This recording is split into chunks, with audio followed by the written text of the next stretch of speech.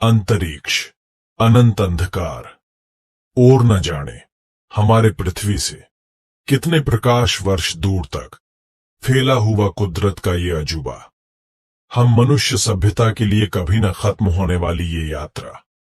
इस अनंत अंधकार में न जाने कितने ग्रह, तारे, आकाशगंगा और न जाने कितने अन्य सुलझे रहस्य भरे पड़े हैं। ये ब्रह्मांड जब से बना है तब से ये फैलता जा रहा है।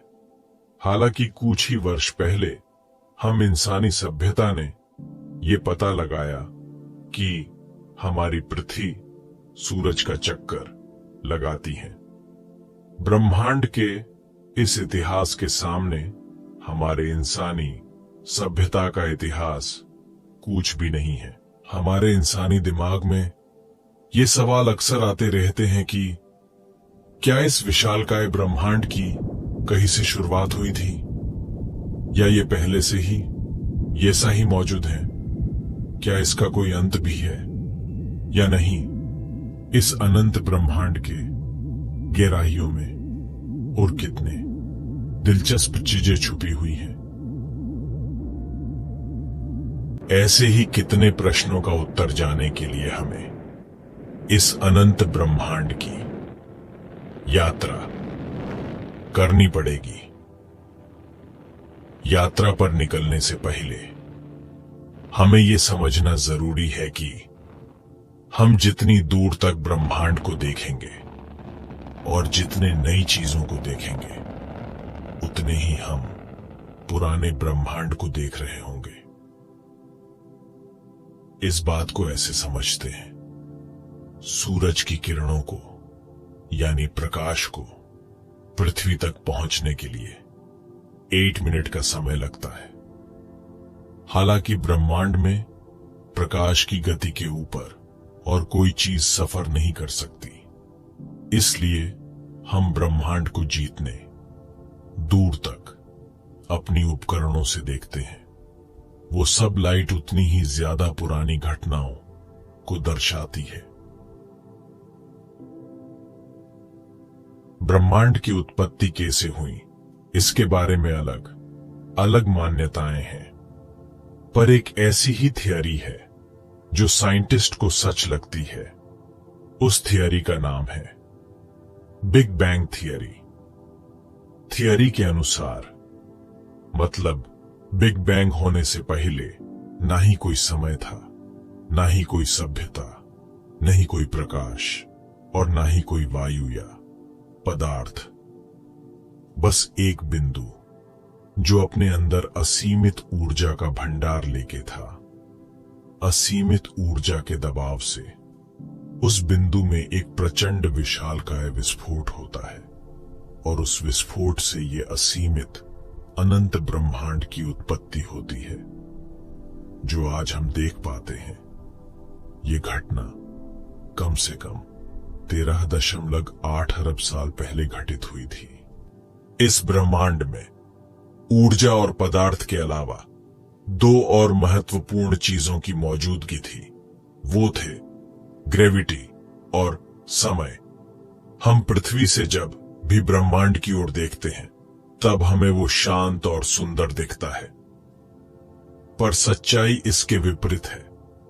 हम जीतने ब्रह्मांड की गहराइयों में झांकते हैं तब हमें पता चलता है कि वहां पे बहुत उथल पुथल मची हुई है।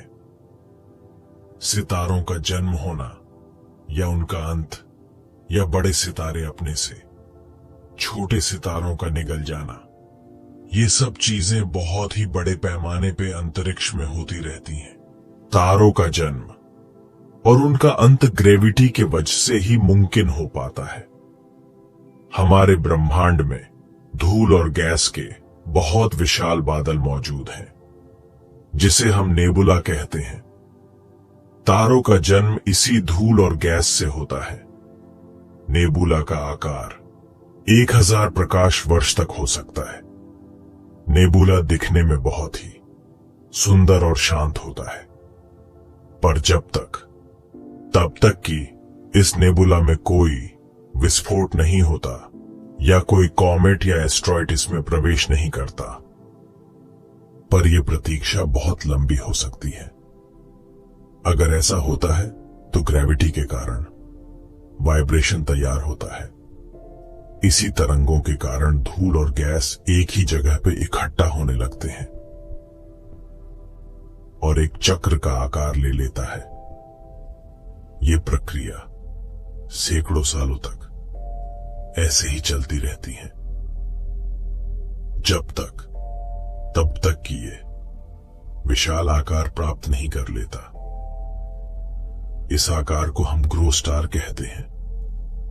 ग्रेविटी इस आकार पे अपना दबाव दिखाती है। उसके कारण उस ग्रो स्टार में केंद्र में डेंसिटी और प्रेशर की मात्रा बहुत उच्च स्तर पर पहुंचती है। प्रचंड दबाव और डेंसिटी के कारण स्टार अंदर से गर्म होने लगता है। ये स्टार कई सालों तक ये सही गर्म होता रहेगा। ये स्टार का तापमान जब 11 मिलियन केल्विन तक पहुंच जाता है, तब इस तारे में हाइड्रोजन फ्यूजन की शुरुआत होती है। फ्यूजन की वजह से तारा जलने लगता है।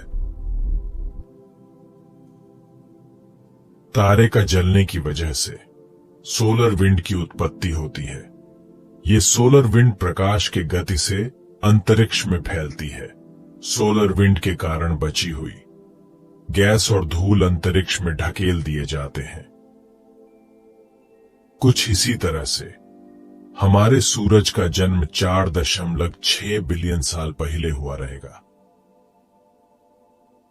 सोलर विंड जैसे ही गैस और धूल को अंतरिक्ष में ढकेल देती है, तभी वहां पे मौजूद एस्ट्रॉइड और कॉमेट ग्रेविटी की वजह से उस तारे का चक्कर लगाने लगते हैं।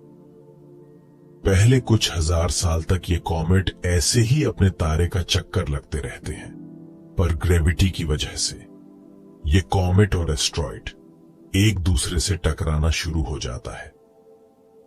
ये प्रक्रिया अब इसे ही कई सालों तक चलती रहेगी। इस प्रक्रिया को हम प्रोसेस ऑफ कोहेशन बोलते हैं। एस्ट्रॉइड और कॉमेट टकराते हैं और ग्रेविटी की वजह से एक दूसरे को चिपक के उसका आकार बढ़ता है। फिर वो एक पिंड में तब्दील होता है और बाद में एक पथरीले ग्रह में उसका प्रवर्तन होता है। कुछ ग्रह सिर्फ गैस के बने होते होते, जैसे कि अपने सौर मंडल में मौजूद बृहस्पति। न जाने कितनी सौर मालाएं एक आकाश गंगा में होती है और न जाने कितनी आकाश गंगा इस ब्रह्मांड में मौजूद है। जैसे ग्रह का ग्रह के साथ और तारों का तारों के साथ टकराव होता है, बस वैसे ही किसी आकाश गंगा का दूसरे आकाश गंगा के साथ टकराव भी हो सकता है।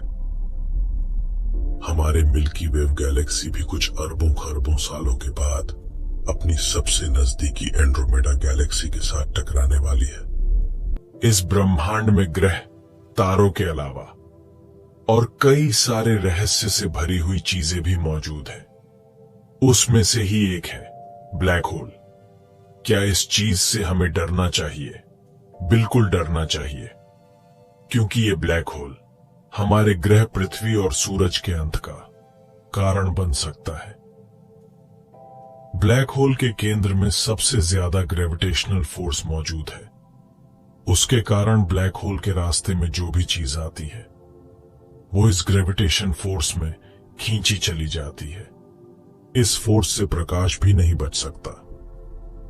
ब्रह्मांड का इसी तरह से खरबों सालों से विकास और परिवर्तन चालू है। अंतरिक्ष में और बहुत सारी चीजें हैं कि उनके बारे में हम इंसानी सभ्यता को पता करना अभी बाकी है, जैसे कि डार्क मैटर और उसका नेचर, या और किसी ग्रह पे किसी और सभ्यता का मौजूद होना। पर क्या वाकई ब्रह्मांड फैलने के साथ अपना विकास कर रहा है या अपने ही अंत की ओर बढ़ रहा है? ऐसा इसलिए कि प्रकृति का नियम सब पे लागू होता है। जिसका भी जन्म होता है उसका अंत तय है।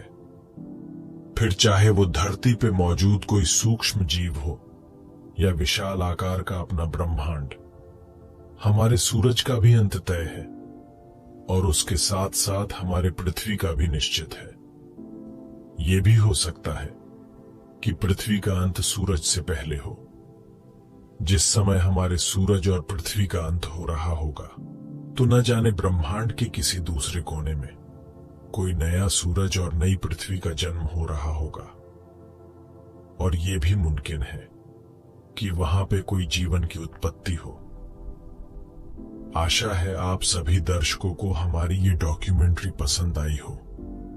ऐसे ही नए विषय पे आपको डॉक्यूमेंट्री हम आपके लिए बनाते रहेंगे। तब तक आप चैनल को सपोर्ट करने के लिए चैनल को सब्सक्राइब करो और वीडियो को लाइक करो। धन्यवाद।